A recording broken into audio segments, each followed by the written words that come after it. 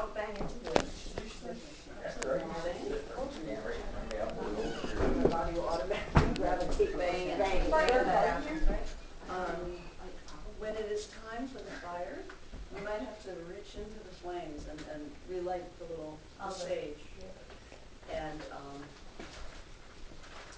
that point, do you want to stand here with me? I don't think it matters what side of your view is on. This is going to make it hard for people. Well, I will take a test shot. You will move out here when it's time for that. Okay. So you're just going to take a test shot. Just not sure how you cover that.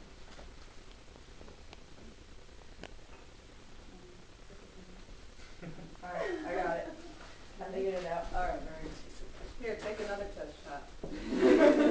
While we're at it. Of course. Do you know how to take an iPhone shot? Yes. She's a teenager. I was just about to say. She was insulted by that. She probably knows technology that hasn't been invented yet. I've never been able to figure out the smart board myself. They don't like me. Oh no. There you go. Great. It would have taken the entire length of the ceremony for you to figure that out. That's what I'm here for. So, I'm going to begin. Do you stand? You can. Eventually we'll stand, but for now, the tradition. I'm going to explain. The first thing I'll do is I'll explain what hand fasting is, and the tradition of hand fasting is an ancient one. But the first evidence we find of the use of the term hand fasting in reference to something resembling marriage is in the British Isles during the early Christian era. Since the church at that time did not perform weddings, marriage ceremonies were small, private affairs, especially hand fastings, which usually just included the couple and a witness or two. Luisa is keeping in the tradition. It was an act of two people making fast their hands with a cord and declaring themselves united, and then sealing it with the cord. The tying of the cord is where the term tying the knot comes from. Usually there was no officiant, as in a wedding, to record the event or give it a seal of approval. The hand fasting was a personal pledge between two people without outside interference or politics or licenses or any kind of fees or anything like that. Today it remains this way and perhaps is richer for the tradition. It has morphed into many forms as people have revived this ancient ritual to reclaim their spiritual freedoms and their personal freedoms. At the end of the pledged year and a day, or sometimes 7 years and a day, the couple decides to either go their separate ways or to remain together for longer. In the pagan tradition, it is not biased upon ownership or property. Men and women both have the right to own property, and the relationship is one of equality. And there is no shame implied or applied to either party should a hand fasting not be renewed. The ceremony is also unbiased as to gender, religion, race, or even age. You don't have to be 18 or 17, Two 13-year-olds could perform the hand fasting. It's unbinding in the big scheme of things. They don't have to pay, divorce lawyers. Like that. All may participate in the hand fasting, since its oath is only over matters of the heart, and no law or rule is needed to contain it or regulate it. Lawyers need not apply. A.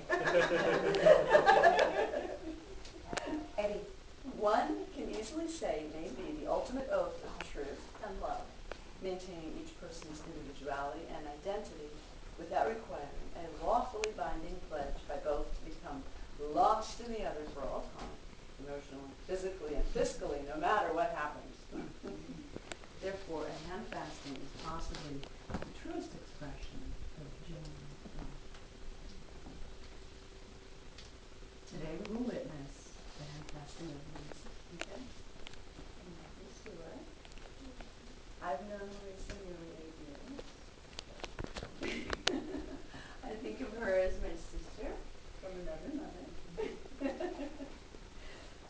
seeing each other through wonderful times and some very difficult times. And I take her personal life and happiness very seriously. So when I met Matt, I'm sorry I'm reading this, but it's important to me.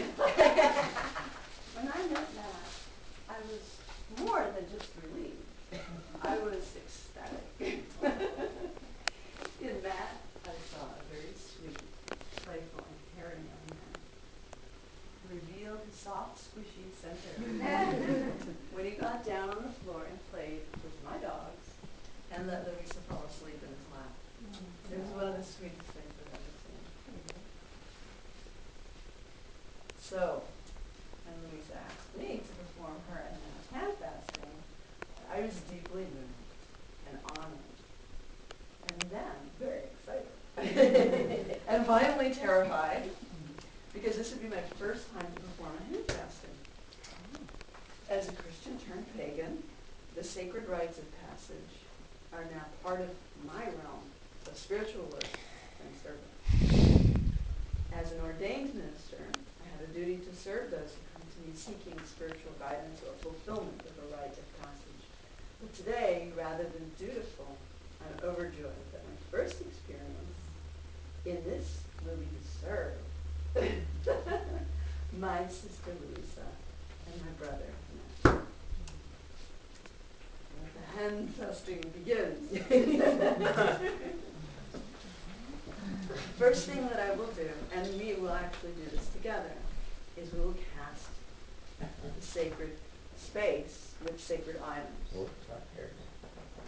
Because in paganism, the space is mobile. And often, the sacred space is outside. So unlike in a church or a temple or a mosque, where sacred space is constant and it's held by the walls, in paganism it's very, it's shifting and changing. So you have to cast the sacred space every single time. And so the first thing that we will do is we will call on the guardians of the four directions, or the porters, also known as the porters, and we'll ask them to join us and to bless the space and this union in a very similar way as in a Christian or a Jewish or Muslim area. They would call on the saints to come and bless the ceremony.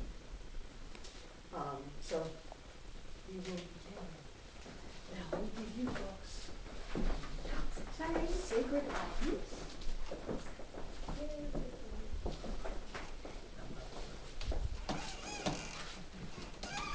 Now the way to keep this lit is to keep blowing on it. Yes. If it doesn't.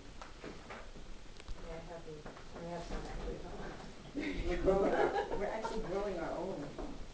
This is all grown, by the way. Are you gonna share it? It's not that kind of phone. It smells like foam. Yeah, it certainly does. Sage smells very much like marijuana. Very much. So, who would like to ring the bell? Ring the bell?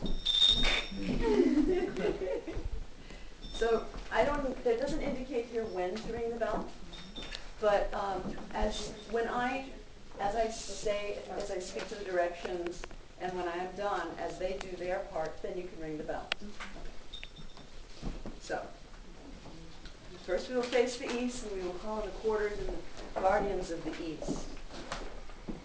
Hail, guardians of the watchtowers of the east, powers of the air, Lilith, Sibel, Oya, and Amen, Enlil, Boreas.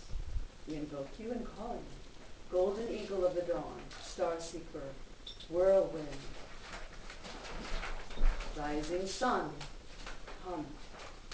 By the air that is her breath, send forth your light and be here now.